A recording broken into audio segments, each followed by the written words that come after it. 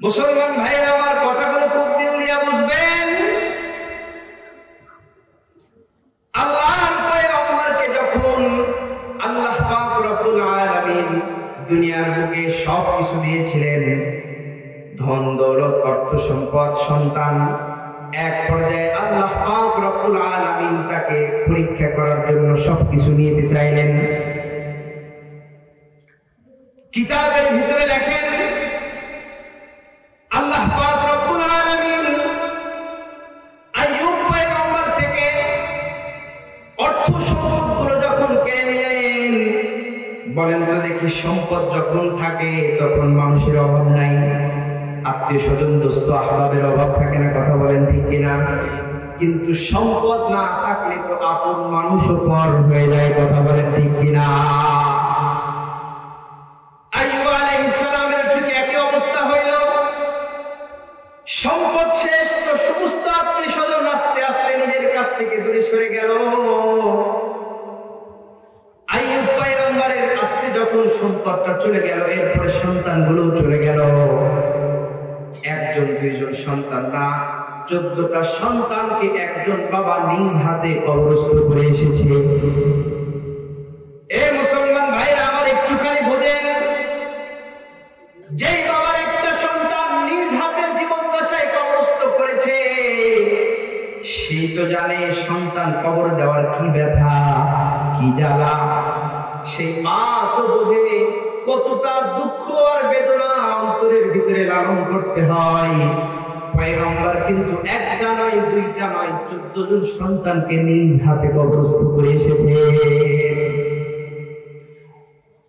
সম্পদ গেল, সন্তান গেল, বন্ধু বান্ধব স্বজন সবাই চলে গেল আস্তে আস্তে। পয়গম্বর বড় একা হয়ে গেলেন। বাড়ির ভিতরে কয়েকজন স্ত্রী নিয়ে নিজেই জীবন যাপন করতেছিলেন। এক পর্যায়ে পয়গম্বরের শরীরের ভিতরে কঠিন একটা রোগের দেখা দিল। শরীরটা পছন ধরতে শুরু করলো।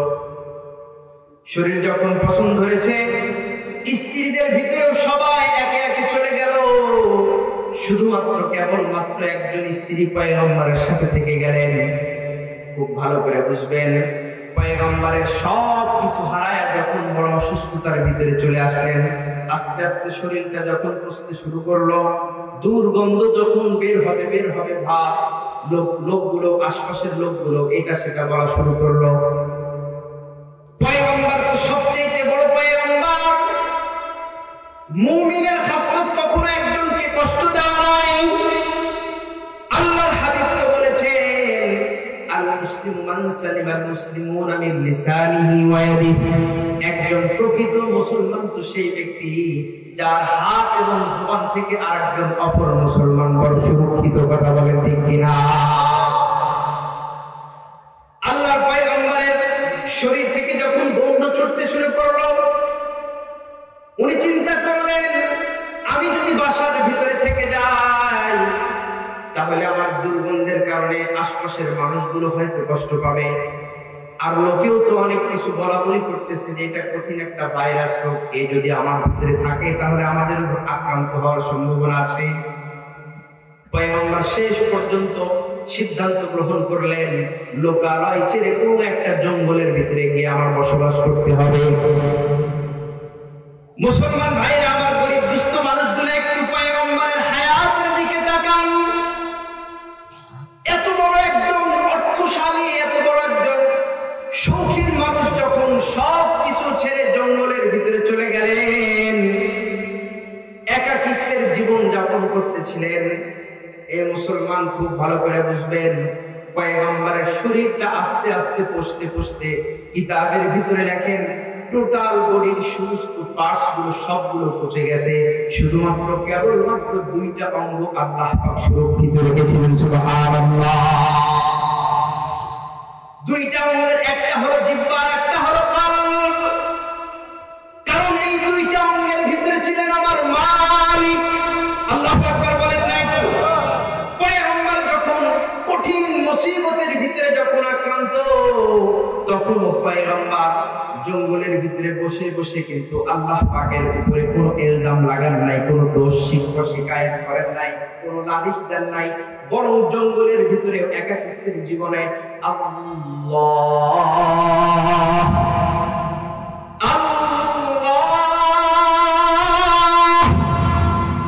আল্লাহকে ডাকতেছিল।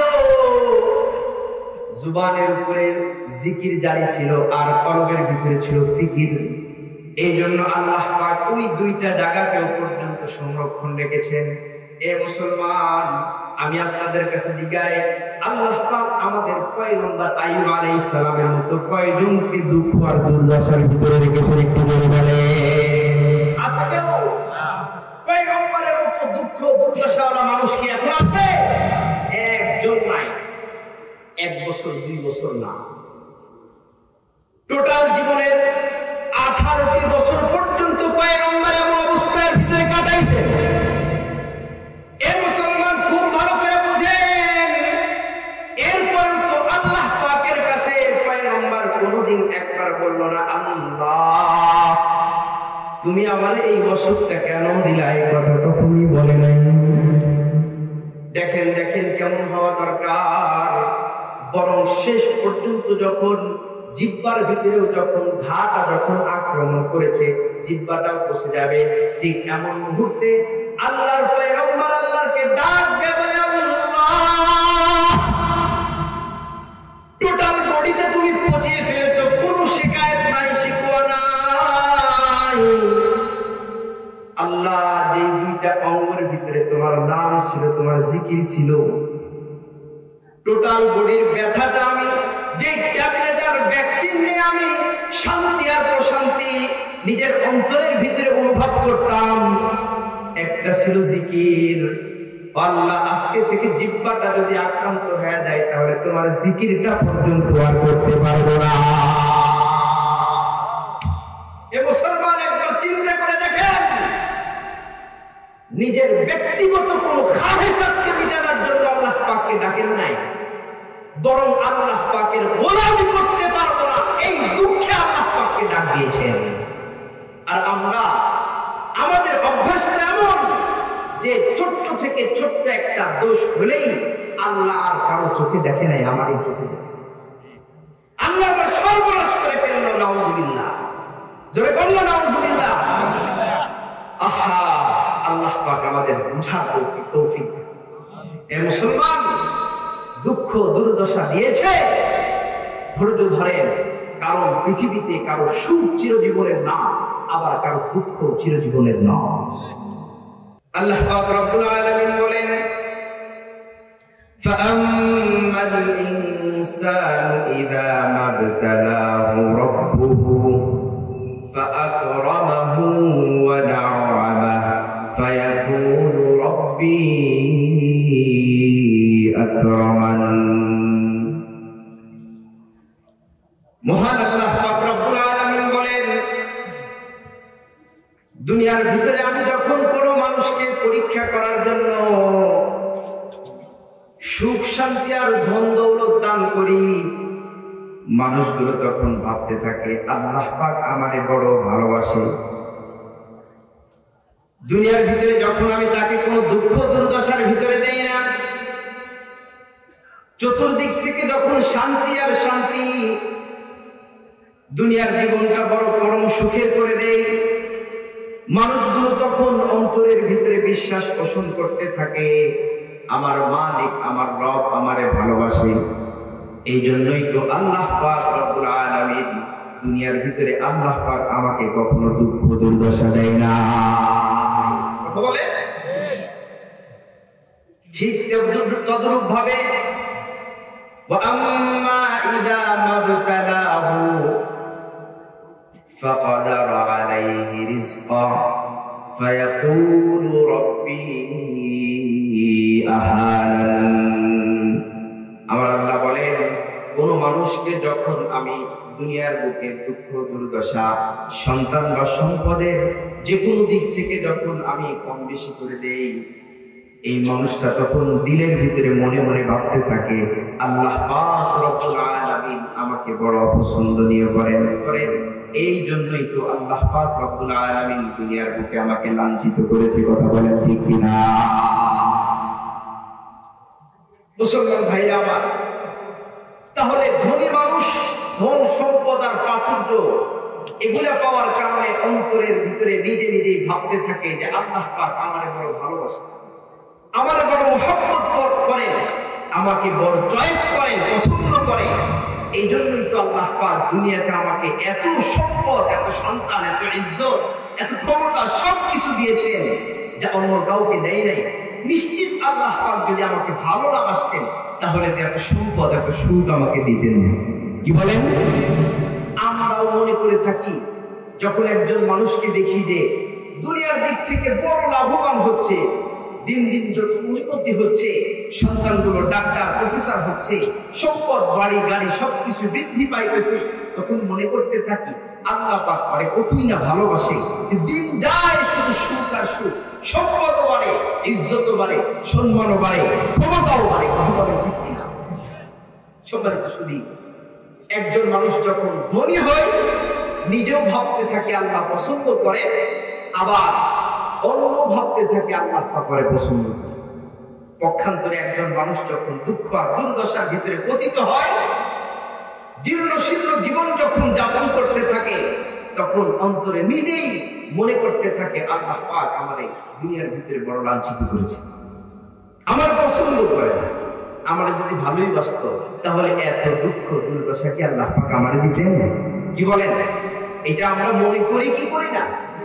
শুধু সে নিজে ভাবে তাই না, বরং সমাজের মানুষও, একজন মানুষ যখন বিভিন্ন বালা মুসিবত একটার পরে একটা সন্তান হয়েছে বিকলাঙ্গ, ব্যবসা করতে গেছে ধরা খাইছে, বউটা নিয়ে আসছে ভালো হয় নাই, পারিবারিক শান্তি অশান্তি সব দিক থেকে বালা মুসিবতের ভিতরে আমরা তখন মনে করতে থাকি এই লোকটাকে আল্লাহ পাক ভালোবাসে না, এই জন্যই তো এত বালা মুসিবত আর দুঃখ দুর্দশা দিয়ে বোঝাই করে রাখছে। কথা বলেন ঠিক কিনা? মুসলমান ভাইরা আমার, খুব ভালো করে বুঝবেন, এই বিশ্বাস যতদিন পর্যন্ত আমাদের অন্তরের ভিতরে থাকবে ততদিন পর্যন্ত ধনী কখনো শাকের হতে পারবে না, আল্লাহ পাকের কৃতজ্ঞ গোলাম হতে পারবে না, আর গরিব কখনো সাবের হতে পারবে না, আল্লাহ পাকের ধৈর্যশীল বান্দা হতে পারবে না। কেন? খুব ভালো করে বুঝবেন, কারণ আমার অন্তরের ভিতরে যদি একজন সম্পর্কে আমার ধারণা থাকে সে আমাকে কঠিন মহব্বত করে, সে আমার পাগল, আমি কি তার পিছনে ছুটবো? যেটা বলেন না কেন, আমি কি তার পিছনে ছুটবো? যে আমার জন্য পাগল সে তো আমার পিছনে ছুটবে, আমি তার পিছনে ছুটবো না। এটাই দুনিয়ার নিয়ম। তো আমি যখন মনে করি যে আল্লাহ আমাকে ভালোবাসে, গুনার পরে গুনাহ করতেছি, তারপরেও মনে করতেছি আল্লাহ আমাকে ভালোবাসে, তার মানে আমার আল্লাহর নৈকট্য অর্জন করার দরকার, আমার নৈকট্য অর্জন করার দরকার নাই। এটাই আমাদের বিশ্বাস আমাদেরকে এদিকে নিয়ে যাচ্ছে। ঠিক তেমনি ভাবে একজন মানুষ যখন অন্তরের ভিতরে এই বিশ্বাস আল্লাহ পাক সম্পর্কে পোষণ করে যে আমার আল্লাহ আমাকে বড় অপছন্দ করে, আমাকে লাঞ্ছিত করেছে, বলেন তো দেখি দুনিয়ার বুকে কেউ যদি আমাকে লাঞ্ছিত করে তার কোনো ওয়াদা, তার জন্য কোনো দয়া আর মহব্বত আমার অন্তরের ভিতরে আসবে? তার কোনো হুকুম আহকাম পালন করার আগ্রহ আমার ভিতরে জাগবে? জাগবে না। আল্লাহ পাক বলতেছেন এই জন্য এই মানুষগুলো যখন মনে করে আমার আল্লাহ পাক আমাকে ভালোবাসে না, লাঞ্ছিত করেছে আমাকে দুনিয়াতে, ও আস্তে আস্তে আল্লাহ পাক থেকে দিলটা সরায় নেয়, আস্তে আস্তে দিলটা সরায় নেয়। সম্মানিত সুধী, এই দুইটা বিশ্বাসকে আল্লাহ পাক সামনে রেখে আল্লাহ পাক বলেন কাল্লা। আল্লাহ পাক বলেন ও দুনিয়ার মানুষ শোন, তোরা যে বিশ্বাস অন্তরের ভিতরে ঢুকাইছিস, কশ্চিন কালেও এই বিশ্বাসের কিঞ্চিত পরিমাণ সত্যতা আমার কাছে নাই। ধনী হইলেই আমি আপনার কাউকে ভালোবাসি না, গরিব হইলেই কাউকে অপছন্দ করি না, লাঞ্ছিত করি না। সম্মানিত সুধী, খুব ভালো করে বুঝতে হবে আমাদের জিনিসগুলো, তাহলে জীবনকে পরিবর্তন করতে পারবো। সম্মানিত সুধী, খুব ভালো করে বুঝেন, আল্লাহ পাক বলতেছেন ধনী হওয়া এটা আমার সন্তুষ্টি লাভের কোনো চিহ্ন না, মাপকাঠি নয়। গরিব হওয়া আমার অপছন্দনীয়তার চিহ্ন আলামত নয়, বরং আল্লাহ পাকের মুআমালাত আরো ভিন্ন। আল্লাহ পাক তো কোন বান্দাকে দুনিয়াতে ধন সম্পদ আর সুখ শান্তি দেন নিজের নৈকট্য আর জান্নাত থেকে তাকে বঞ্চিত করার জন্য। নাউযুবিল্লাহ বলেন। মুসলমান ভাইরা আমার কথাগুলো খুব দিল দিয়ে বুঝবেন। শেখ সাদি রহমাতুল্লাহি আলাইহি তার কিতাবের ভিতরে জৈনক এক ব্যক্তির, পাপিষ্ঠ ব্যক্তির ঘটনা বর্ণনা করেন। শেখ সাদি রহমাতুল্লাহি আলাইহি বলেন, কোন এক রাষ্ট্রে জৈনক এক পাপিষ্ঠ ব্যক্তি ছিল, যার ঘুম থেকে শুরু হয় পাপ দিয়ে। ঘুমের আগেও পাপ, ঘুম থেকে ওঠার পর থেকে ঘুমে যাওয়ার আগ পর্যন্ত 24টা ঘন্টা যায় যার নাফরমানির ভিতরে।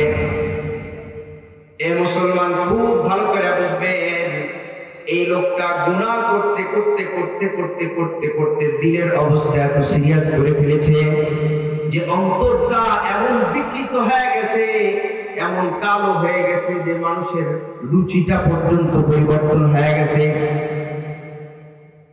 আল্লাহর হাবিব সাল্লাল্লাহু আলাইহি ওয়াসাল্লাম হাদিসের ভিতরে বলেন, ইন্নাল মুমিন ইযা আযনাবা যামবান কানাত ফি কলবিহি নুকতাতুন সাওদা। যখন একজন মুমিন বান্দা কোনো গুনাহ করে, গুনাহ করার সাথে সাথে তার অন্তরের ভিতরে একটা কালো দাগ পড়ে যায়। আল্লাহর হাবিব বলেন, ফাইদা তাবা ওয়া নাযা ওয়াস্তাগফারা সুকিলা কলবুহু। আল্লাহর হাবিব বলেন, ও দুনিয়ার মানুষ শোনো, গুনাহ করার পরে যখন আবার অনুতপ্ত হয়ে নিজের কৃতকার্যের উপরে যখন শর্মিন্দা হয়ে আল্লাহ পাকের কাছে তওবা এবং ইস্তিগফার করেন, আল্লাহ পাক রব্বুল আলামিন কলবটাকে আবার পরিষ্কার করে দেন। সুবহানাল্লাহ বলেন। আল্লাহ পাক আবার কলবটাকে ক্লিন করে দেন। আল্লাহর হাবিব বলেন, আবার যখন গুনাহটা করার পরে যখন তওবা না করে, গুনার উপরে গুনাহ যখন করতেই থাকে, বাড়তেই থাকে, বাড়তেই থাকে, ফাইদা যাদা যাদাত, গুনাহ বাড়তে থাকে, কলবের ভিতরে ময়লা আর ওই দাগটা, কালো দাগটা দিন দিন বাড়তে থাকে। বাড়তে বাড়তে বাড়তে বাড়তে একটা সময় এমন হয়, পরিষ্কার ধবধবে সাদা এই কলবটা পরিপূর্ণ যখন কালিতে লেপন হয়ে যায়, আল্লাহ পাক এই ব্যক্তির কলবকে ডাক দিয়ে বলেছেন, খাতামাল্লাহু আলা কুলুবিহিম ওয়া আলা সামইহিম ওয়া আলা আবসারিহিম গিশাওয়া। আল্লাহ পাক রব্বুল আলামিন বলেন, একজন মানুষ যখন গুনার উপরে গুনাহ করতে করতে করতে করতে যখন আর কখনো তওবা করে না, দাগ ফালাইতে ফালাইতে কলবটা এত অপরিষ্কার হয়ে যায় শেষ পর্যন্ত এই কলবের কোনো একটা জায়গা এমন থাকে না যে জায়গাটা পরিষ্কার, আর সেই পরিষ্কার জায়গা দিয়ে আল্লাহ পাকের নূর ইলম ঢোকার মতো যোগ্যতা থাকে। একজন বান্দা যখন গুনার উপরে গুনাহ করতে থাকে, গুনাহ আর গুনায় তওবা করে না, এই যুবক খুব ভালো করে বুঝো, তওবা করে না যখন, তখন কলবটা আস্তে আস্তে আস্তে আস্তে পচতে পচতে এমন অবস্থা হয়ে যায় যে এই কলবের রুচি পরিবর্তন হয়ে যায়, এই কলবটাই পরিবর্তন হয়ে যায়, তখন আর কোন দিক থেকে আল্লাহ পাকের ইলম ঢুকতে চায় না। সম্মানিত সুধী, বহুত আমাদের ভিতরে অনেক মানুষ আমরা আছি, গুনাহ করি কিন্তু গুনার তওবা করি না, আছি না? বর্তমান সময় তো এমন এসে গেছে, বড় আফসোসের সাথে বলতে হয়, সময় তো এমন এসেছে যে গুনাহকে তো আমি গুনাহ মনে করি না, তওবা করব কখন? কথা বলেন ঠিক কিনা? গুনাহ করতেছি কিন্তু গুনাহ যে করলাম এই ইহসাসই তো নাই, এই ইলমি তো নাই, এই জ্ঞানই তো আমার ভিতরে নাই যে গুনাহ করলাম, তওবা কখন করব? কিন্তু আল্লাহর হাবিব দেখেন কত মারাত্মক কথা বলেছেন। আল্লাহ পাক বলেছেন কিছু কলবকে আমি মোহর মেরে দেই, যার কারণে এর ভিতরে কোরআন হাদিস দ্বীনের কোনো কথা ঢুকবে না। সম্মানিত শুধু আল্লাহ পাক কোরআনের আরেকটা জায়গাতে বলেছেন ফি কুলুবিহিম মারাদ ফাযাদাহুমুল্লাহু মারাদা, এই সমস্ত কলব হলো বড় রোগাক্রান্ত, আমি আল্লাহ ওরা যখন রোগটাকে বাড়াইতে থাকে আমিও বাড়ায় দেই। কেমন হয়ে যায় শেষ পর্যন্ত আল্লাহ পাক বলেন ফাইদা কিলা লাহুম লা তুফসিদু ফিল আরদি ক্বালু ইন্নামা নাহনু মুসলিহুন। আল্লাহ পাক বলেন লোকগুলা রুচি, মানুষগুলা রুচিবোধ এতটাই কমে যায়, এতটা নিম্ন পর্যায়ে চলে যায় যে সে যখন খারাপ কাজ করতে থাকে আর সমাজের ভালো মানুষগুলো যখন বলে খারাপ কাজ করিস না, ফিতনা ফাসাদ করিস না, ধ্বংসযজ্ঞ চালাস না, ও তখন বলে আমি তো সমাজ সংস্কার করতেছি। কথা বলে ঠিক কিনা? ও তখন বলে আমি তো সমাজ সংস্কার করতেছি, আমি তো মানুষের কল্যাণ করতেছি, আমি তো নারী উন্নয়ন করতেছি। কথা বলেন না কেন? আমাদের বিগত যারা শাসন ব্যবস্থায় ছিল অপরাধের উপরে অপরাধ করতেছিল, অপরাধের উপরে অপরাধ করতেছিল, কিন্তু শেষ পর্যন্ত যখন সে চলে যায়, যাওয়ার আগের দিনও বলে আমি বুঝলাম না আমার অপরাধ। কথা বল না কেন? এই কথা বলছি কি বলেন? যাওয়ার আগের দিন পর্যন্ত বলতেছে বুঝলাম না আমার অপরাধটা। কেন বলছে? কেন বলছে? যখন সারা গোটা বাংলাদেশে সমস্ত মানুষগুলো, রুচিশীল মানুষগুলো যখন বলতেছিল দেশটা ধ্বংস হয়ে গেল, তখন তাদের স্লোগান ছিল দেশ তো উন্নয়নের জোয়ারে চলতেছে। কথা বলেন? এটার কারণ কি? কারণ একটাই, কলব পরিবর্তন হয়ে গেছে। ভালোকে আর ভালো মনে হয় নাই, ভালো কাজকে খারাপ মনে হয়েছে, আর যেটা খারাপ ওইটা মনে হয়েছে সমাজ সংস্কার, রাষ্ট্র সংস্কার, ব্যক্তি সংস্কার। কথা বলেন ঠিক কিনা? এই মুসলমান খুব ভালো করে বুঝতে হবে, একজন মানুষের কলব যখন পচে যায় ঠিক তখনই কোরআন এবং হাদিসের কথাগুলো দিলে আঘাত পায়। একজন মানুষ যখন সুদখোর হয়, সুদ খাইতে খাইতে খাইতে খাইতে যখন কলবটা পচে গেছে, ওই মানুষটার সামনে যদি আপনি সুদের আলোচনা করেন তাহলে তার লেগে যাবে। কথা বলেন না কেন? একজন ঘুষ খায়, ঘুষখোরের সামনে যদি আপনি ঘুষের বিরুদ্ধে আপনি আলোচনা করেন তখন তার লেগে যায়। কথা বলেন ঠিক না? এইভাবে যে যে অপরাধের ভিতরে আমরা লিপ্ত আছি, অপরাধ যতদিন পর্যন্ত চলে কলবটা ততদিন পর্যন্ত পুষতে থাকে। এ মুসলমান খুব ভালো করে বুঝবেন, কলব পুষতে পুষতে পুষতে পুষতে নষ্ট হইতে হইতে এমন ডিস্ট্রয় হয়ে যায় যে কোনো ভালো কথা আর ভালো কাজ সেদিন আমার কাছে ভালো লাগে না। ভালো কাজগুলো সেদিন আমার কাছে গা জ্বালা, গা পোড়ায়, গোত্রদাহ বাড়িয়ে দেয়। কথা বলেন ঠিক কিনা? এ মুসলমান খুব ভালো করে বুঝতে হবে। এই জন্য বলতেছি, ওলামায়ে কেরাম যখন আলোচনা করেন, আলোচনার মাঝে মাঝে রুগীরা কর্তব্যে উঠে লাফায়, আছে না নাই? বিভিন্ন ওয়াজ মাহফিলে আমরা দেখতে পাই কোন একটা সাবজেক্ট নিয়ে, কোন একটা বিষয় নিয়ে যখন আল্লাহর বান্দা ওয়াজ করতেছিল, নসিহত করতেছিলেন, ইসলাহ করতেছিলেন, মাঝখান থেকে একজন মাইকটা উঠে কেড়ে নেয়। কথা বলেন না কেন? এরকম ঘটনা আমার বাংলার জমিনে ঘটে কি ঘটে না? আছে কি আছে না? এই মুসলমান বুঝতে হবে এটা রোগী। কথা বলেন? ওর কলবের ভিতরে সমস্যা আছে, রোগ আছে। কেন? যার ক্যান্সারে আক্রান্ত, যে ক্যান্সারে আক্রান্ত হয়েছে তার ক্যান্সারের ব্যথা তো জানবে। কথা বলেন না কেন? অ্যাপেন্ডিসাইট হইলে তার অ্যাপেন্ডিসাইটের ব্যথা তো জানবেই। এই মুসলমান যার কলবের সমস্যা হয়েছে, কলবের ডাক্তাররা যখন সার্জারি করবে তখন তো ব্যথা জানবেই জানবে। কথা বলেন? এই মুসলমান এজন্য বুঝতে হবে, কোরআনের মাহফিলে এসে যদি আমার অন্তরে লাগে ডাক্তারের উপরে লাফায় না, ডাক্তারের উপরে লাফাইতে যায় না, কারণ সে আপনার ক্ষতি করতেছে না, উপকার করতেছে। আমি যদি আমার ক্যান্সারে আক্রান্ত হই, গলগলাডের পাথর যদি হয়ে যায়, ডাক্তার যদি অপারেশন করতে ব্যথা হয় তাকে উঠে মারপিট শুরু করে দেবে? ফ্রিতে কি চিকিৎসা দেয়? কি বলেন?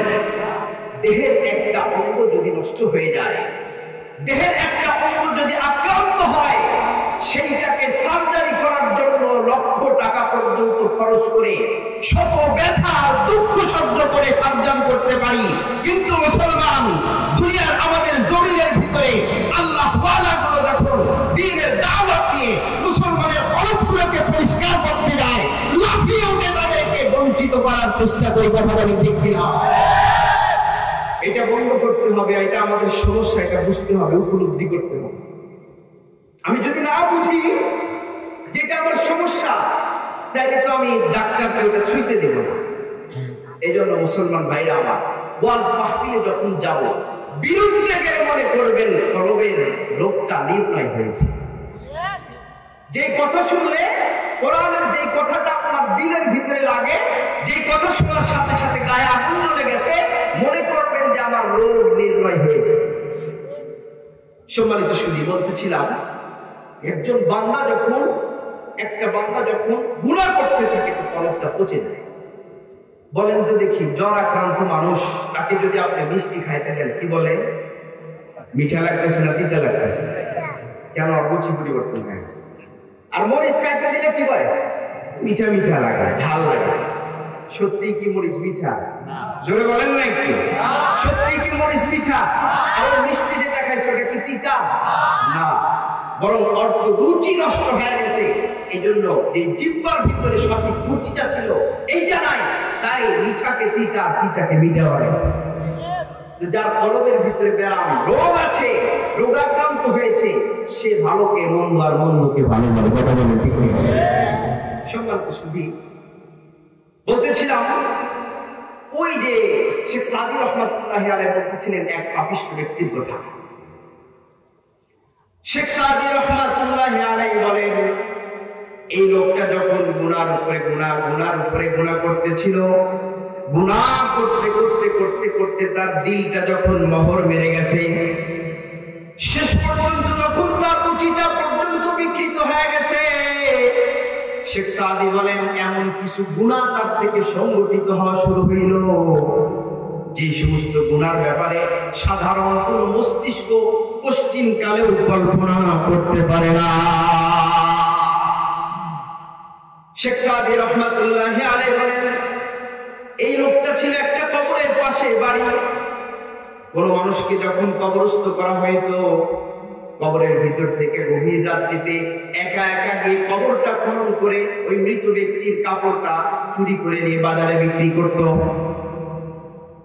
শুধু তাই নয়, শেখ সাদি রহমাতুল্লাহ আলাইহি বলেন, লোকটার রুচি এতটাই পরিবর্তন হয়ে গিয়েছিল যে কোন যুবতী ব্যক্তিকে যদি, কোন যুবতী তরুণীকে যদি দাফন করা হইতো, লোকটা ওই তরুণীর সাথে পর্যন্ত জিনা আর ব্যভিচারে লিপ্ত হয়ে যাইত।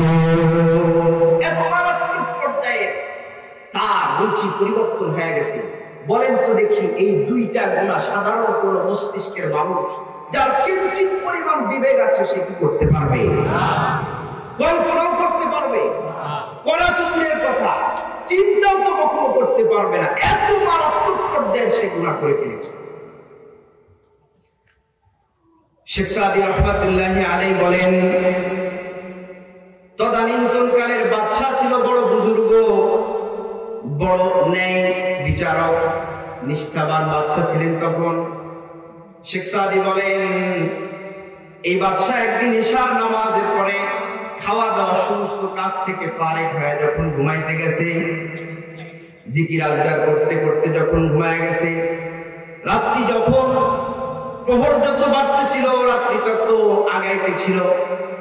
যাইতে যাইতে যাইতে যাইতে গভীর রাত্রিতে বাদশা একদিন স্বপ্নে দেখে একজন দবদবে সাদা পোশাক পরিহিত এক যুবক বাদশাকে পথের ভিতরে পেয়ে ডাক দিয়ে বলতেছেন, বাদশা, জরুরি একটা কথা ছিল, পয়গাম ছিল, একটা মেসেজ আপনার জন্য নিয়ে আসছি।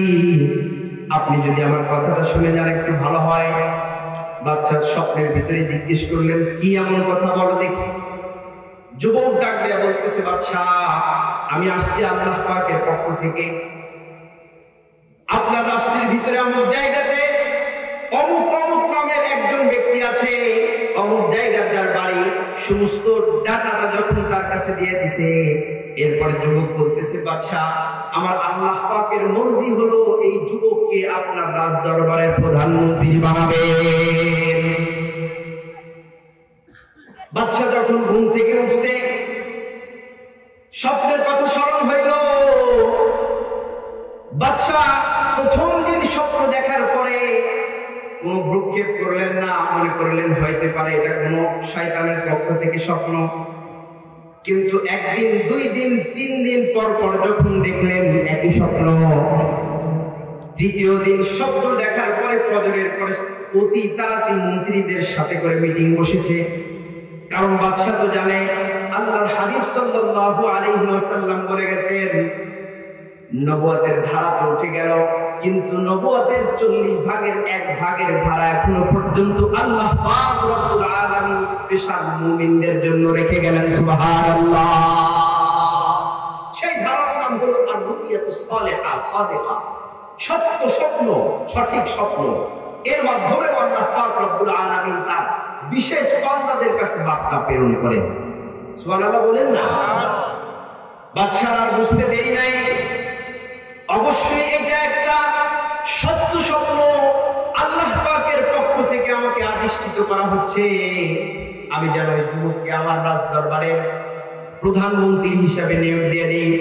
বাদশা পরের দিন সকালে উঠে আর দেরি না করে সৈন্য সামন্ত পাঠায় দিছে, যাও লোকটাকে ধরে নিয়ে আসো। সৈন্য সামন্ত গুলো যখন ওই লোকটার বাড়িতে গিয়ে কোরআন এনেছে, সাথে সাথে টের পেয়েছে যে বাদশার পক্ষ থেকে সৈন্য সামন্ত আমাকে ধরে নেওয়ার জন্য আসছে।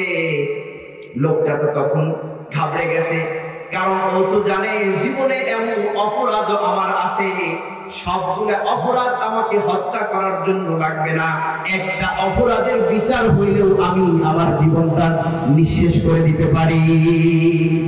একটা অপরাধের যদি বিচার হয় তাহলে আমাকে ফাঁসির কাস্টে ঝুলানোর জন্য যথেষ্ট। এমন অহরহ অপরাধ আমি করে ফেলেছি, হয়তো বাদশা জেনে গেছে, এই জন্য বাদশা সৈন্য পাঠাইছে, যাও ধরে নিয়ে আসো। মুসলমান ভাইরা আমার খুব ভালো করে বুঝবেন, সৈন্যগুলা যখন লোকটিকে ধরে বাদশার রাজ দরবারে যখন নিয়ে গেছে, বাদশার দরবারে গিয়ে লোকটা বড় মলিন চেহারায়, মাথাটা নিচের দিকে আছে, চিন্তা করতেছে, হায় হায়, জীবনের হয়তো শেষ মুহূর্তটা আমি এখন যাপন করতেছি, এরপরে আর হায়াত বেশিক্ষণ নাই। বাদশা হয়তো একটু পরেই আদেশ দিবে, যাও তার কল্লাটা দেহ থেকে পৃথক করে দাও। বাদশা যখন রাজ দরবারে আসলেন, লোকটাকে ডাক দিয়ে বলে, তুমি কি অমুক? তোমার বাড়ি কি অমুক জায়গায়? লোকটিকে যখন সমস্ত আইডেন্টিফাই করে, যখন সমস্ত জাস্টিফাই করার পরে যখন সবকিছু মিলে গেছে, বাদশাহ তখন লোকটিকে ডাক দিয়ে বলে, যাও আজকে থেকে তুমি আমার রাজ দরবারের প্রধানমন্ত্রী হিসাবে নিয়োগ দিয়ে দিলাম। লোকটি তো চিন্তা করতেছিল, হায় হায়, ভাবলাম কি আর হইল, বোঝেন না? ভাবলাম কি আর হইল কি, আমি তো মনে করেছিলাম যে আজকে আমার জীবনের শেষ রাত্রি, শেষ মুহূর্ত, শেষ ক্ষণ আমি বলতেছি, কিছুক্ষণ পরে আমার কাল্লাটা দেহ থেকে আলাদা হয়ে যাবে, পৃথক হয়ে যাবে। কিন্তু আল্লাহর কি রহমত, আমি তো আগে ছিলাম যে অবস্থায়, তার চাইতে দ্বিগুণ অবস্থা পরিবর্তন করে দুনিয়ার সুখ আর শান্তি আমাকে আল্লাহ দান করলেন। ও তো খুশি, মহা খুশি, খুশিতে এদিক সেদিক ছোটে আর রাজ দরবারে গান গায়, গুনগুন করে। মানুষের যখন বেশি সুখ হয় গুনগুন করে গান গায় না, কি বলেন? মনে যখন ফুর্তি থাকে গুনগুন গান এমনি চলে আসে, কি বলেন? আসে না? তো ও রাজ দরবারে থাকে আর গুনগুন করে খালি গান গায়, হায় রে কি ছিলাম আর কি হলো, কি ছিলাম আর কি হলো। কিন্তু বাদশা তো এই দিকে বড় মহা চিন্তায় চিন্তিত। বাদশা চিন্তা করতেছে, আল্লাহ পাক রব্বুল আলামিন দুনিয়া আমার রাষ্ট্রের ভিতরে আর কোন লোককে খুঁজে পাইল না, দুনিয়ার চোর বাটপার সিটার আর লম্পটকে আমার রাজ দরবারের প্রধানমন্ত্রী হিসাবে নিয়োগ দিলেন। ব্যাপারটা বুঝে আসতেছে। মুসলমান ভাইরা আমার একটুখানি ভালো করে বুঝবেন, বাদশা যখন এমন চিন্তায় চিন্তিত, নামাজের ভিতরেও চিন্তা আসে, খাইতে গেলেও চিন্তা আসে, ঘুমাইতে গেলেও চিন্তা আসে। কেন আল্লাহ পাক রব্বুল আলামিন এমন পাপিষ্ঠ ব্যক্তিকে এমন জায়গাতে নিয়োগ করে দিলেন? এই চিন্তা করতে করতে একদিন রাত্রিতে আবার ঘুমায় গেছে আমল করে। ঘুমের ভিতরে হঠাৎ স্বপ্নের ভিতরে দেখে ওই যুবক। বাদশা যখন যুবককে স্বপ্নের ভিতরে দেখেছেন, দৌড়ায় গিয়ে যুবককে ডাক দিয়ে বলে, যুবক, আমি তো বড় টেনশনের ভিতরে আসছি। তুমি যে মেসেজ আমাকে দিয়েছিলে সেই অনুযায়ী তো আমি কাজ কমপ্লিট করে দিয়েছি, কিন্তু কাজ কমপ্লিট হয়েছে ঠিক, কিন্তু আমার অন্তরের ভিতরে যে বেচাইন আর বেপারারি, আমার অন্তরের ভিতরে যে অস্বস্তি, এটা দূর হইতেছে না। যুবক ডাক দিয়ে বলে, বাদশা কি ব্যাপার, কি চিন্তা করেন, কি হয়েছে আমাকে একটু খুলে বলেন। এইবার বাদশা বলে, যুবক, আমি চিন্তা করতেছি আমার রাজ দরবারে তো ভালো মানুষের অভাব ছিল না, মোল্লা মুন্সির অভাব ছিল না, তাকওয়া পরহেজগারওয়ালা ব্যক্তির অভাব ছিল না, যোগ্য ব্যক্তির অভাব ছিল না। আমার রাজ দরবারের ভিতরে এত ভালো মানুষ থাকা সত্ত্বেও আল্লাহ পাক রব্বুল আলামিন এমন একজন পাপিষ্ঠ ব্যক্তিকে কেন এমন আসনের ভিতরে সমাসীন করলেন, এটাই তো বুঝলাম না। এই মুসলমান একটুখানি দিল দিয়ে বুঝেন। বাদশা যখন এমন কথা জিজ্ঞেস করছে, সাথে সাথে যুবক বলতেছে, বাদশা খুব ভালো করে শোনেন, এই লোকটা যখন জীবনের শুরু থেকে গুনাহ করা শুরু করছে, আল্লাহ পাক রব্বুল আলামিন এই লোকটাকে বিভিন্ন ভাবে তাকে ওয়ার্নিং দেয়, সতর্ক করে, বান্দা এখনো পর্যন্ত সময় আছে, তোর কৃতকর্ম থেকে তওবা করে তুই আমার দিকে ফিরে আয়।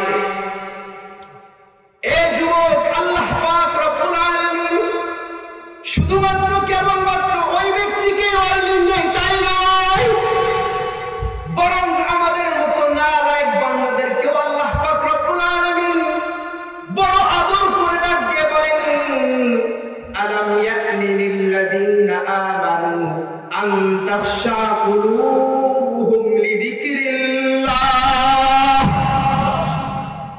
আলাম ইয়ানি লিল্লাযীনা আমানু আন তাখশা কুলুবুহুম লিযিকরিল্লাহ। আমার আল্লাহ পাক ডাক দিয়ে বলেন, ও ঈমানদারেরা, তোদের হায়াতের 20 বছর, 24 বছর, 30 বছর, 50 বছর, কারো 70-80 বছর পর্যন্ত চলে গেল। জীবনের শুরু থেকে নিয়ে পর্যন্ত কত নাফরমানি করলি রে বান্দা। কোনদিন আমি দুনিয়ার বুকে আমার একটা নাফরমানি করার কারণে শাস্তি দিলাম না। এ বান্দা, তোর আর হায়াতের কতটুকু সময় বাকি আছে? কত যুবক পোলাপান রাস্তায় বের হয়েছে বড় সন্ধে বড় সাজগোজ করে ফ্যাশন সহকারে, কিন্তু সকালে বের হয়েছে ভালো মানুষ, বিকালেই তো কাফনের কাপড়টা জড়ায়া ওই মাটির ভিতরে প্যাকেট হয়ে গেছে। কথা বলেন ঠিক কিনা? এই মুসলমান খুব ভালো করে বুঝবেন, অনেকে যুবক বসে আছি, কবে বৃদ্ধ হব, তারপরে নামাজ ধরবো, তারপরে রোজা ধরবো, তারপরে যাকাত দেব, তারপরে দাড়িটা রাখবো। তুমি কি জানো যুবক, আল্লাহ পাক রব্বুল আলামিন প্রতিটা দিন যখন আমাদের উপরে সূর্যটা উদয় করেন, আবার যখন অস্তমিত হয়, প্রত্যেকটা মুহূর্তে আল্লাহ পাক রব্বুল আলামিন আমাকে আপনাকে সতর্কীকরণ দিচ্ছে। কথা বলেন ঠিক কিনা? এ মুসলমান একটু ভালো করে বুঝেন, গাছের পাতাগুলো প্রত্যেক মৌসুমে পরিবর্তন হয়, সুন্দর পাতা গজায়, সবুজ শ্যামল সুন্দর যখন গাছটা হয়, ফাগুনে কিন্তু সব পাতা ঝরে যায়। কথা বলেন ঠিক কিনা? এ মুসলমান, সূর্যটাও প্রতিদিন আমাদেরকে সতর্কীকরণ দেয়, ও বান্দা চেয়ে দেখ, আমি আল্লাহ পাকের এত বড় সৃষ্টি হয়ে আমি আমার নিজের ইচ্ছা মতো চলতে পারি না। প্রতিদিন ওই পূর্ব দিগন্ত থেকে উদয় হয়, আবার পশ্চিম দিগন্ত গিয়ে আমাকে অস্তমিত হইতে হয়। এ বান্দা, এখান থেকে শিক্ষা নে, তোর যেমন জন্ম হয়েছে তেমন মৃত্যু বরণী কোটি কথা বলেন ঠিক কিনা? আল্লাহ পাক আমাদের মৃত্যুটা সবারই লিখে রাখছেন। এক সেকেন্ড কিন্তু আমাদের সময় দিবেন না। আজরাইল আমিন আসবে, লা ইস্তাখিরুনা সাআতাও ওয়া লা ইস্তাকদিমুন। এক সেকেন্ড সময় আমাকেও দেবে না, আপনাকেও দেবে না। এই বৃদ্ধ বাবাজিরা একটু নিজের শরীরের দিকে তাকায় দেখেন না কেন? এখনো পর্যন্ত দেহের ভিতরে প্রাণটা চলতেছে, প্রাণ নিঃশ্বাস সবকিছু আছে, এরপরেও তাজা দেহের ভিতরে দাড়িটা মরে গেছে। কথা বলেন ঠিক কিনা? এখনো পর্যন্ত শ্বাস নিঃশ্বাস সবকিছু ঠিক আছে রে বান্দা, এরপরেও তাকায় দেখ বয়োজ্যেষ্ঠ আর বার্ধক্যতার কারণে তোর টান টান চামড়াটা পর্যন্ত, স্কিনটা পর্যন্ত ঢিলা হয়ে গেল। এ মুসলমান, এগুলা কি আমাদেরকে ওয়ার্নিং দেয় না? যদি বলেন না কি দেয়, কি দেয় না? এ মুসলমান, আল্লাহ পাক রব্বুল আলামিন আমাদেরকেও যেমন সতর্কী করেন, ওই লোকটাকেও আল্লাহ পাক রব্বুল আলামিন বারবার ওয়ার্নিং পাঠাচ্ছিল। যুবক বলে, বাচ্চা শোনেন, বারবার ওয়ার্নিং পাঠানোর পরেও যখন ওই লোকটা কোনোভাবেই তার গুনাহ থেকে ফিরে আসতেছিল না, শেষ পর্যন্ত আল্লাহ পাক রব্বুল আলামিন চূড়ান্ত পর্যায়ে রাগান্বিত হয়ে গেলেন। চূড়ান্ত পর্যায়ে সিদ্ধান্ত গ্রহণ করলেন, এই লোকটাকে আর তওবা নসিব করব না জীবন দশায়, লোকটা মরার সাথে সাথে তাকে জাহান্নামের ভিতরে নিক্ষেপ করব। এই যুবকরা খুব ভালো করে বুঝেন, ও দুনিয়ার মানুষ খুব ভালো করে বুঝো, অর্থ সম্পদ টাকা পয়সা থাকলেই যে আল্লাহ পাক আমাকে ভালোবাসে না, আমাকে পছন্দ করেন, বিষয়টি এমন নয়। বরং খুব ভালো করে বোঝেন। যুবক বলতেছে, বাদশা খুব ভালো করে শোনেন, আল্লাহ পাক রব্বুল আলামিন যখন সিদ্ধান্ত গ্রহণ করেছেন এই লোকটাকে আর জান্নাত নসিব করবে না, তওবা নসিব করবে না, ঠিক এমন সময় আল্লাহ পাক রব্বুল আলামিন চিন্তা করলেন, আল্লাহ পাক রব্বুল আলামিন ওয়ার্ডার করলেন লোকটার অবস্থার পরিবর্তন দরকার। কেন? কারণ একজন মানুষ যখন দুঃখ আর দুর্দশার ভিতরে থাকে, যত দুঃখ আর বালা মুসিবতের ভিতরে থাকে, মানুষের কাছ থেকে মানুষ সরে যায় আর আল্লাহ বড় নিকটবর্তী হয়ে যায়। কথা বলেন ঠিক কিনা? দুঃখ দুর্দশা যত বাড়ে, আত্মীয় আর বন্ধু বান্ধব তত কাছ থেকে দূরে সরে যায়। এ মুসলমান, দুঃখ দুর্দশা বাড়লে বন্ধু বান্ধব আত্মীয় স্বজন দুনিয়ার মানুষ দূরে সরে যাইতে পারে, কিন্তু আমার আল্লাহ তত নিকটবর্তী হয়ে যান। সুবহানাল্লাহ। চিন্তার কারণ নাই। যুবক বলতেছেন, শোনেন, এই লোকটা ছিল বড় হত দরিদ্র, বড় দুঃখ দুর্দশায় জরাজীর্ণ। এই লোকটা যদি এমন ভাবেই থাকতো, হইতে পারে কখনো কখনো কোনো একটা সময় মৃত্যুর আগে দুঃখের ভিতরে পড়ে, বড় সংকট আর বড় দুঃখ দুর্দশার ভিতরে পড়ে আমার আল্লাহকে স্মরণ হয়ে যাইত। আর আমার আল্লাহকে যদি কোনো বান্দা স্মরণ করে, ইখলাসের সাথে দিল থেকে যদি ডাক দেয় আল্লাহ, হায়াতের শুরু থেকে পর্যন্ত যা কিছু করেছি আল্লাহ, সব কিছু গুনাহ করেছি আল্লাহ, শেষ পর্যায়ে শেষ মুহূর্তে তোমার কুদরতি পাটা জড়া ধরছি আল্লাহ।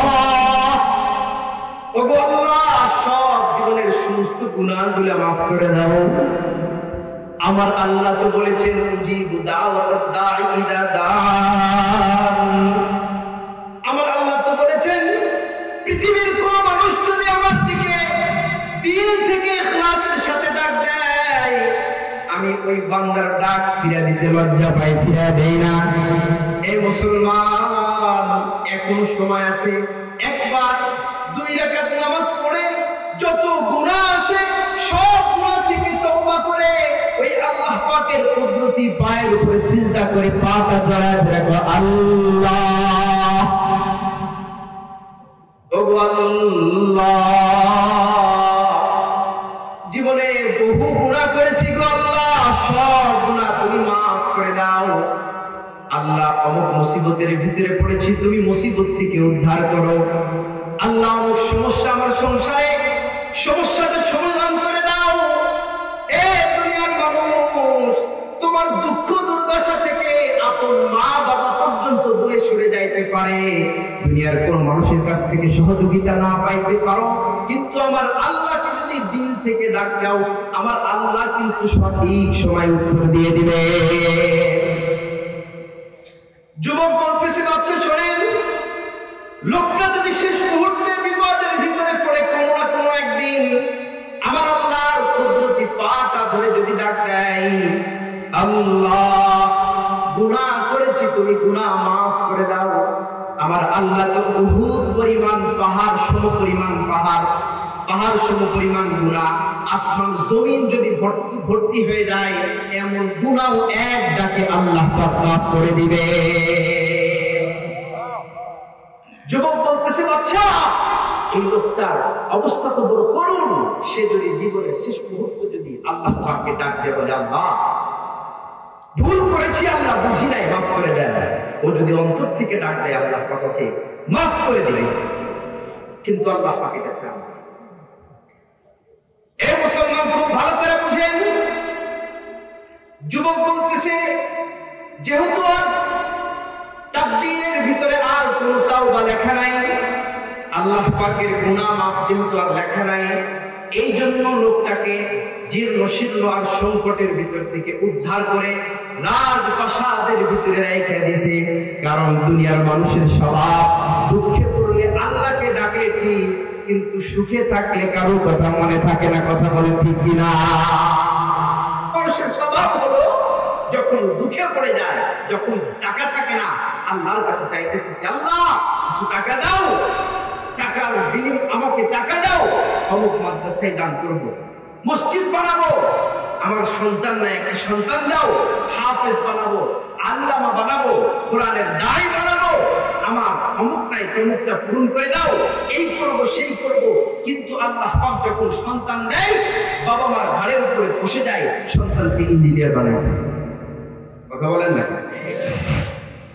অনেক কষ্টে আল্লাহ পাকের কাছ থেকে সন্তান চেয়ে, আল্লাহ সন্তান ছিল না, সবকিছু ছিল, সন্তান ছিল না, ডাক্তার কবিরাজ সবকিছু কেটে খেয়ে শেষ, কিন্তু কোনো কাজ হয় না। শেষ পর্যন্ত আল্লাহ পাকের কাছে কান্না করে করে ওয়াদা দিতে দিতে আল্লাহ পাকের কাছে অঙ্গীকার করে আমি সন্তানটা নিয়ে আসলাম, কিন্তু নিয়ে আসার সাথে সাথে আল্লাহ একদিকে আমার ইচ্ছা আরেকদিকে। কথা বলেন না কেন? এরকম হয় কি হয় না? এ মুসলমান, এই জন্য যুবক বলতেছে, বাচ্চা যেহেতু লোকটা বড় জীর্ণশীর্ণ অবস্থায় ছিল, আল্লাহ পাককে যদি ডাক দিয়ে দিত, তো আল্লাহ পাক তার গুনাহ মাফ করে দিতেন। এই জন্য সুখের ভিতরে রাখছে, ও আর কোনোদিন আল্লাহকে স্মরণ করবে। আমি আপনাদেরকে বুঝাইতেছিলাম, আমরা যে অন্তরের ভিতরে একটা বিশ্বাস নিয়ে থাকি যে আল্লাহ পাক আমাকে ধন সম্পদ দিয়েছে, আল্লাহ পাক আমাকে সুখ দিয়েছে, আল্লাহ পাক আমাকে ক্ষমতা দিয়েছে, আল্লাহ পাক আমাকে প্রভাব প্রতিপত্তি দান করেছে, এর অর্থ হলো আল্লাহ পাক আমাকে ভালোবাসেন, আমি জিনা করলেও ভালোবাসে, আমি সুদ খাইলেও ভালোবাসে, আমি অত্যাচার করলেও ভালোবাসে, আমি নাফরমানি করলেও ভালোবাসে, রোজা রাখি না তাও ভালোবাসে, আমি নামাজ পড়ি না তাও ভালোবাসে, দাড়ি নাই ক্লিনসেপ তাও ভালোবাসে। এই ধারণাটা পুরাই ভুল। কথা আমি এতক্ষণ শুধু এতটা এইটাই বুঝাইতে চাইলাম যে অর্থ সম্পদ আর দুনিয়ার সুখ শান্তি এটা আল্লাহ পাকের ভালোবাসার নিদর্শন না, মাপকাঠি নয়, বরং কখনো তো কখনো আল্লাহ পাক দুঃখ দুর্দশা থেকে হটায়া জীবনে সচ্ছলতা দান করেন। ইস্তেদরাজ, বর্ষি ফেলাইছে, দেখছেন না আপনারা? বর্ষি ফেলাইতে নদীর ভিতরে বর্ষি ফেলায়, সুদ ফেলায়, তাই না? বল যখন একটা বিশাল বল করে, তো ওই বর্ষিওয়ালা কি সাথে সাথে টান দেয়? কথা বলেন না কেন? অনেক দূর পর্যন্ত ওটাকে ছাড় দেয়, এদিক যায় বল, এদিক যায় ওদিক যায়, আবার একটু করে টান, আবার এদিক যায় ওইদিক যায়, আবার একটু করে টান। বলেন তো দেখি, বল যখন টান দেয়, ওকে যে ঢিল দেয়, এর মানে কি ওকে ছেড়ে দিছে? না, বর্ষিওয়ালা তো সুতা তার হাতে, যখন সময় হবে টান দিয়ে দিয়ে যাবে, উপরে তুলে নেবে। এ মুসলমান, গুনাহ করতেছে, আল্লাহ পাক আমাকে শাস্তি দিচ্ছেন না দুনিয়াতে। গুনাহ করতেছে, আল্লাহ পাক আমার রিজিক বন্ধ করেন নাই। গুনাহ করতেছে, আল্লাহ পাক সুখ আর শান্তি দিয়ে ধরে রাখছে। মনে রাখতে হবে, এটা আল্লাহ পাকের পক্ষ থেকে সুতার টান দিয়েছে, ঢিল দিয়েছে। যখন সময় হবে, টান দিয়ে কিন্তু জাহান্নামের ভিতরে ফেলে দিবে। এটা আমার মনে রাখতে, স্মরণ রাখতে। গুনাহ করার পরও যদি আল্লাহ পাক আমাকে ভালো রাখে, সুস্থ রাখে, এটা বিপদের লক্ষণ। কি বুঝলেন এতক্ষণ? গুনাহ করার পরও যদি আমাকে আল্লাহ পাক সুস্থ রাখে, সুখে রাখে, এইটা আরো বিপদের লক্ষণ। আল্লাহ পাক আমার ঢিল দিছে, কখন যেটা বুঝাইতে পারি না, বুঝাইতে পারি না। কি বলবো, কি বলবো, বুঝাইতে পারি না। মুসলমান ভাইরা আমার, বলতেছিলাম ধনী হওয়া, দুনিয়াতে সুখ শান্তি, এটা আল্লাহ পাকের সন্তুষ্টির আলামত নয়। ঠিক তেমনি ভাবে গরিব হওয়া, আল্লাহ পাকের ধন সম্পদ থেকে বঞ্চিত হওয়া, সচ্ছলতা অসচ্ছলতায় পড়ে থাকা, এটাও আল্লাহ পাক আমাকে ভালোবাসেন না এমনটি নয়। যদি তাই হইতো তাহলে মুহাম্মদ আরবি কথা বলতেন না, আশাদুন নাস বালাআন আল আম্বিয়া। আল্লাহর হাবিব তো বলে গেছেন, ও দুনিয়ার মানুষ, জানো দুনিয়ার ভিতরে তোমরা যত দুঃখ কষ্ট সহ্য করো, একজন পয়গম্বরের দুঃখ কষ্টের 1 ইঞ্চিত ভাগ তোমরা সহ্য করতে পারবে না। সবচাইতে বেশি দুঃখ আর কষ্ট সহ্য করেছে পয়গম্বররা। কি বলেন? আল্লাহর পয়গম্বর মক্কার জমিনের 10টি বছর তার সুখের ছিল। কথা বলেন না কেন? সুখের ছিল। আপনারা কি ঘুমাইছেন না? ঘুমাইছেন? পিছনে ঘুমাইছেন? আর বেশি দেরি করবো না, শেষ। সম্মানিত শুধু খুব ভালো করে বুঝবেন, পয়গম্বররা দুনিয়ার বুকে সবচেয়ে বেশি বালা মুসিবত সহ্য করেছেন। বর্তমান সময়ের ভিতরে উলামায়ে কেরামের একই অবস্থা। চলে বলেন না একটু? তার মানে কি আল্লাহ পাক উলামায়ে কেরামকে ভালোবাসেন না, তাই না? হ্যাঁ, ভালোবাসে না?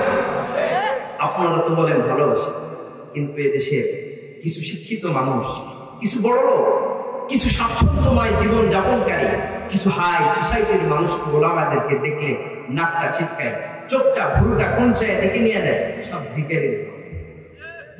কথা কয় না? কি কয়? সব ভিখারির দল। বলে তো ভিক্ষা করে খায়। বলে তো কি করে খায়? ভিক্ষা করে খায়।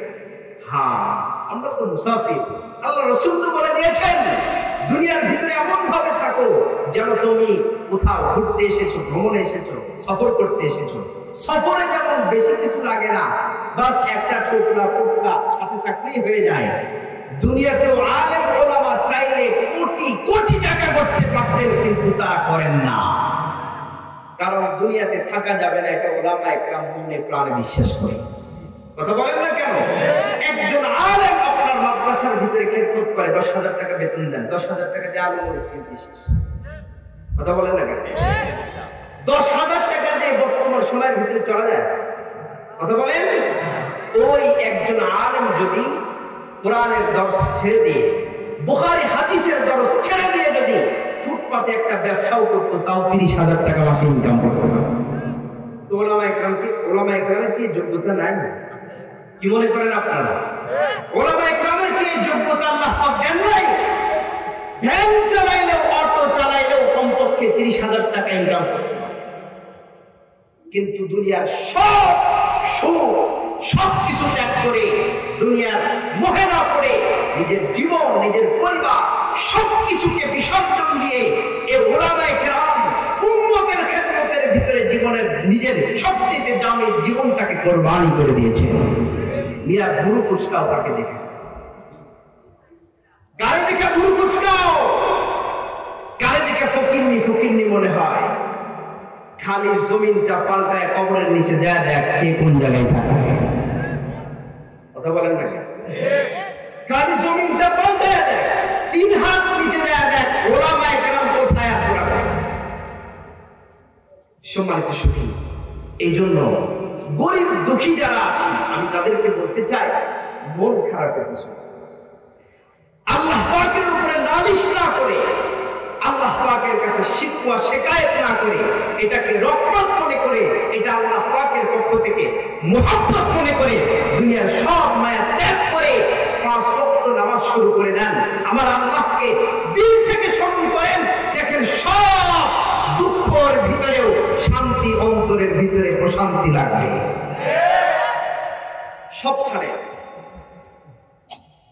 দুঃখের জীবন আমার তো আফসোস লাগে, ম্যাক্সিমাম এই দরিদ্র মানুষগুলোকে দেখে আমার আফসোস লাগে। কি আফসোস লাগে জানেন? দুনিয়ার জীবনেতে সুখ পাইল, দুনিয়ার জীবনেতে সুখ পাইল না, এর বাড়ি ওর বাড়ি কাম করে কাজ করে এখান থেকে সেখান থেকে কিছু নিয়ে আসা, দিন চলে চলে রাত পর্যন্ত না পড়ে, দাড়িটা না রেখে, ইসলামের পরিপূর্ণ চর্চাটা না করে তো আখিরাতে বরবাদ করে দিল। এটাকে আপনাদের কাছে আফসোস মনে হয় না?